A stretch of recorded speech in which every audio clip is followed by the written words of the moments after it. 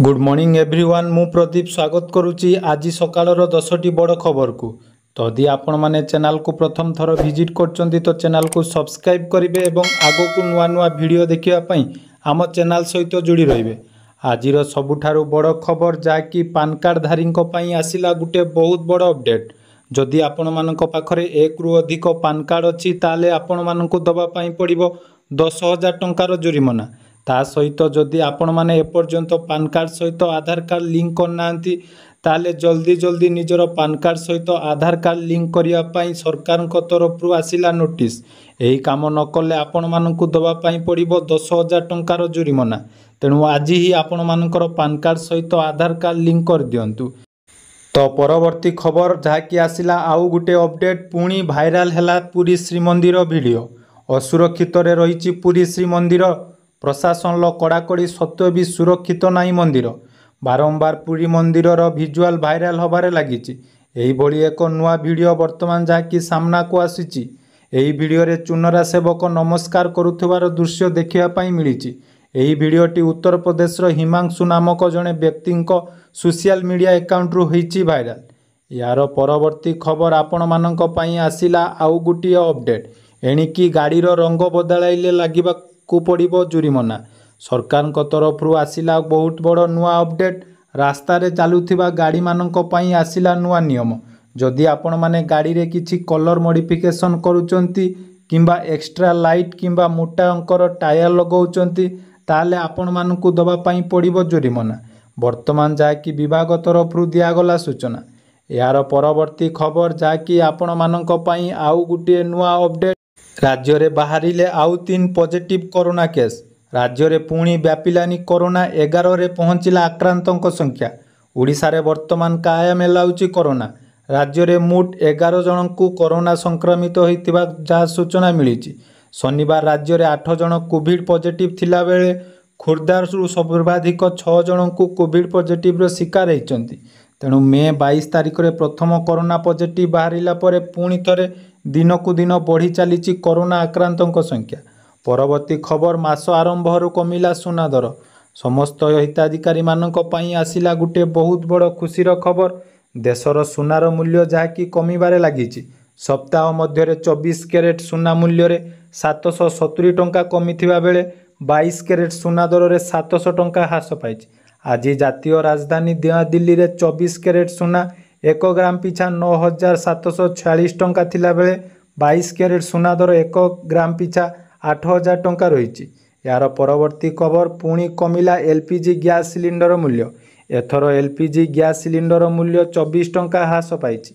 तेणु मासर प्रथम तारिख रे 19 किलोग्राम वाणिज्यिक एलपीजी गैस रे वृद्धि जहाँ होता वर्तमान जहाँकि 24 टंका कमिछि। तेणु दिल्ली रे 19 किलोग्राम वाणिज्यिक एलपीजी सिलिंडर मूल्य 1723 टंका 50 पैसा को ह्रास पाइछि। पूर्वर जहाँकि 1747 टंका 50 पैसा थिला।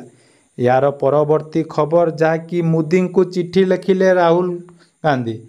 वरिष्ठ कांग्रेस नेता तथा कांग्रेस मुखपात्र राहुल गांधी प्रधानमंत्री नरेंद्र मोदी को एक चिट्ठी लिखिछंती। जोंथिरे जम्मू काश्मीर पुंछ जिले में संप्रति पाकिस्तान गोलीमाड़ रे प्रभावित होइतिबा नागरिकों पई स्वतंत्र रिलीफ एवं पुनर्वास पैकेज वृद्धि करिया पई जाकि प्रधानमंत्री को चिट्ठी लिखिले राहुल गांधी। यार परवर्ती अपडेट पुणी आसिला पाकिस्तान को पई आउ गुटिए खबर। पाकिस्तान को चेताई देला भारत। सिंधु जल चुक्ति को नहीं सांघातिक खुलास कला भारत। युद्ध समय जो सिंधु नदीर जल को नहीं चुक्ति बंद करथिला भारत ता नहीं जाकि वर्तमान आसिला आउ गुटे अपडेट। भारत पाकिस्तान प्रधानमंत्री शहबाज शरीफ को सिंधु जल चुक्ति संपर्कित अभियुक्त खंडन कले भारतर राष्ट्रमंत्री कीर्तिवर्धन सिंह। आउ गोटे अपडेट क्षीर चाषी मानक पई वर्तमान जहाँकि राज्य सरकार तरफ बड़ घोषणा बढ़िला ओमफेड क्षीर दर। तेणु ओमफेड रे जो माने भी क्षीर दौरान से राज्य सरकार तरफ बड़ घोषणा लिटर पिछा बढ़िला 2 टंका घोषणा कले मुख्यमंत्री मोहन चरण माझी। तेणु वर्तमान ओमफेड क्षीर लिटर पिछा 2 टंका वृद्धि घोषणा फल लिटर पिछा 52 टंकार बढ़ी 54 टंकार पहुँचला ओमफेड क्षीर। सेहीपरि दुग्ध चाषी मानू अधिक 3 टंका देवे सरकार।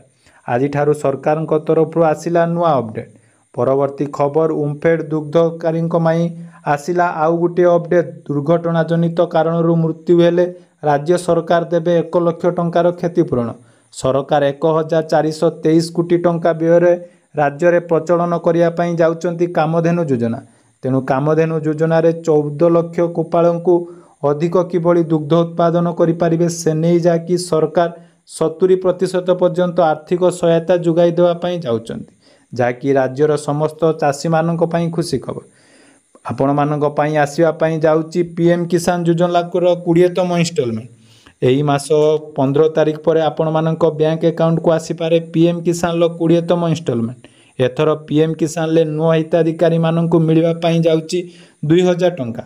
ତେଣୁ 20ତମ ଇନଷ୍ଟଲମେଣ୍ଟ ଆପଣମାନେ ଯଦି ପାଇବା ପାଇଁ ଚାହୁଁଛନ୍ତି ତାହେଲେ PM କିଷାନରେ ଆପଣମାନଙ୍କର eKYC, ଆଧାର ସିଡ଼ିଂ ଏବଂ ଲ୍ୟାଣ୍ଡ ରେକର୍ଡକୁ ବର୍ତ୍ତମାନ ଯାଇକି ଆପଣମାନେ ଠିକ୍ କରିପାରିବେ। ଖୁବ୍ ଜଲ୍ଦି ଚାଷୀଙ୍କ ଆକାଉଣ୍ଟକୁ କେନ୍ଦ୍ର ସରକାରଙ୍କ ତରଫରୁ ମିଳିବା ପାଇଁ ଯାଉଛି PM କିଷାନ ଯୋଜନାର 20ତମ କିସ୍ତି। ଆସିଲା ଆଉ ଗୋଟିଏ ଅପଡେଟ୍। ମୌସୁମୀ ପରେ ମିଳିବ ଅନ୍ତର୍ଦୟ ଗୃହ ଯୋଜନା। ରାଜ୍ୟ ସରକାରଙ୍କ ତରଫରୁ ବଡ଼ ଘୋଷଣା। ବର୍ତ୍ତମାନ ମୌସୁମୀ ପରେ ରାଜ୍ୟରେ ଅନ୍ତର୍ଦୟ ଗୃହ ଯୋଜନାରେ ଗୃହ ମିଳିବା ପାଇଁ ଯାଉଛି। ଯେଉଁମାନେ ପୂର୍ବରୁ ଆବାସ ଯୋଜନାରେ ଘର ପାଇନାହାନ୍ତି, ବର୍ତ୍ତମାନ ରାଜ୍ୟ ସରକାରଙ୍କ ତରଫରୁ ସେମାନଙ୍କୁ ଅନ୍ତର୍ଦୟ ଗୃହ ଯୋଜନାରେ ମିଳିବା ପାଇଁ ଯାଉଛି 1,20,000 ଟଙ୍କା। ତେଣୁ ଯେଉଁମାନେ ବି ଅନ୍ତର୍ଦୟ ଯୋଜନାରେ ଘର ପାଇବେ ସେମାନେ ଆସନ୍ତା 2 ମାସ ପରେ ଘର ପାଇବା ପାଇଁ ଯାଉଛନ୍ତି। ଏହାର ପରବର୍ତ୍ତୀ ଅପଡେଟ୍ ଆସିଲା ଆଉ ଗୋଟିଏ ବଡ଼ ଖୁସି ଖବର, ଯାହାକି ଜୁନ୍ ମାସରେ ମିଳିବା ପାଇଁ ଯାଉଛି ଭତ୍ତା ଟଙ୍କା। ଏଥର ରାଜ୍ୟ ସରକାରଙ୍କ ତରଫରୁ 80 ବର୍ଷରୁ ଉର୍ଦ୍ଧ୍ୱ ଏବଂ 80%ରୁ ଅଧିକ ବିକଳାଙ୍ଗ ବ୍ୟକ୍ତିଙ୍କ ପାଇଁ ରାଜ୍ୟ ସରକାରଙ୍କ ବଡ଼ ଘୋଷଣା। ଚଳିତ ଜୁନ୍ ମାସରେ ରାଜ୍ୟ ସରକାର 3500 ଟଙ୍କା ଭତ୍ତା ବଢ଼ାଇବା ପାଇଁ ଯାଉଛନ୍ତି। ଯେଉଁମାନେ ପୂର୍ବରୁ 3500 ଟଙ୍କା ପାଉନଥିଲେ ବର୍ତ୍ତମାନ ଯାଇକି ରାଜ୍ୟ ସରକାରଙ୍କ ତରଫରୁ ମିଳିବା ପାଇଁ ଯାଉଛି 3500 ଟଙ୍କା ଭତ୍ତା। ଏହାର ପରବର୍ତ୍ତୀ ଖବର କ୍ରିକେଟ ପ୍ରେମୀଙ୍କ ପାଇଁ ଆସିଲା ବହୁତ ବଡ଼ ଖୁସିର ଖବର। IPL 18ତମ ସଂସ୍କରଣରେ ମିଳିବା ପାଇଁ ଯାଉଛି ନୂଆ ଚାମ୍ପିୟନ। ଜୁନ୍ 3 ତାରିଖରେ ହେବାକୁ ଥିବା IPL ଫାଇନାଲରେ RCBକୁ ଭେଟିବା ପାଇଁ ଯାଉଛି ପଞ୍ଜାବ କିଙ୍ଗସ୍। ତେଣୁ ଏଥର IPL ଫାଇନାଲରେ ମିଳିବା ପାଇଁ ଯାଉଛି ନୂଆ ଚାମ୍ପିୟନ। RCB ଏବଂ ପଞ୍ଜାବ ମଧ୍ୟରୁ କିଏ ହେବ ଚାମ୍ପିୟନ ନିହାତି ଆପଣମାନେ କମେଣ୍ଟରେ କହିବେ। ଗତକାଲି ହୋଇଥିବା ମ୍ୟାଚ୍ରେ ପଞ୍ଜାବ ଏବଂ ମୁମ୍ବାଇ ମଧ୍ୟରେ ହୋଇଥିଲା ଦମଦାର ଲଢ଼େଇ। ଏହି ମ୍ୟାଚ୍ରେ ଶ୍ରେୟସ ଆୟରଙ୍କ ଅର୍ଦ୍ଧଶତକ ଫଳରେ ପଞ୍ଜାବକୁ ମିଳିଲା ବିଜୟ। ତେଣୁ ଦ୍ୱିତୀୟ ଥର ପାଇଁ ପଞ୍ଜାବ ଭେଟିବ RCBକୁ। ତେଣୁ ଏଥର IPL ଫାଇନାଲରେ RCB ଏବଂ ପଞ୍ଜାବ ମଧ୍ୟରେ ହେବା ପାଇଁ ଯାଉଛି ଦମଦାର ଟକ୍କର। ମୁମ୍ବାଇ ଇଣ୍ଡିଆନ୍ସର ସ୍ୱପ୍ନକୁ ଧୂଳିସାତ କଲା ପଞ୍ଜାବ। ତେଣୁ ଏହିପରି ନୂଆ ନୂଆ ଅପଡେଟ୍ ପାଇବା ପାଇଁ ଚ୍ୟାନେଲକୁ ସବସ୍କ୍ରାଇବ୍ କରିବେ। ଧନ୍ୟବାଦ।